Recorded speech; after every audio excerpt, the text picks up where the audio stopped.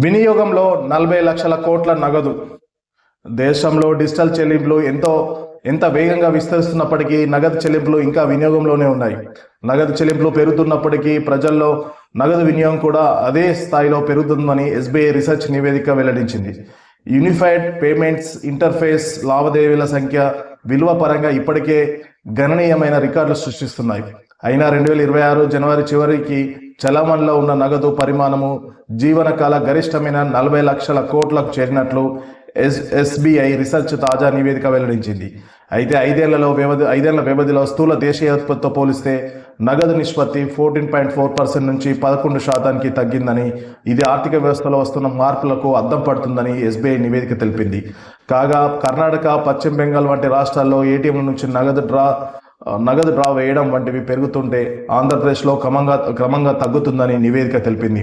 2022-23లో ఏపీలో ఒక్కో ఏటీఎం నుంచి సగటున నెలకు 1,57,00,000 విత్డ్రా అయ్యేవని, అలాంటిది 2025-26 డిసెంబర్ నాటికి అది 1,34,00,000 తగ్గిందని వెల్లడించింది. అంటే డిజిటల్ లావాదేవీలు అధికమయ్యాయని పేర్కొంది.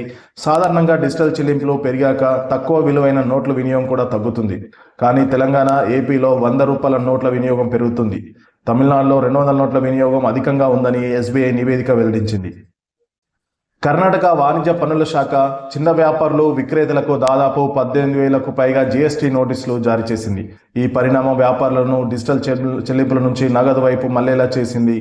బంగారం, వెండి ధరలు విపరీతంగా పెరగడం మార్కెట్లో నగదు లభ్యత పెరగడానికి ఒక కారణంగా సర్వే తెలిపింది. చాలా కుటుంబాలు తమ వద్ద ఉన్న పాత ఆభరణాలను విక్రయించి నగదుగా మార్చుకుంటున్నారు. 500 నోట్లదే ఆధిపత్యం చెలాయిస్తుంది. యూపీఐ ప్రధానంగా చిన్న మొత్తాల నోట్లకు ప్రత్యామ్నాయంగా మారింది, పెద్ద నోట్లకు కాదు. ఎందుకంటే 500 కంటే తక్కువ విలువైన లావాదేవీలే యూపీఐలో 86% జరుగుతున్నాయి.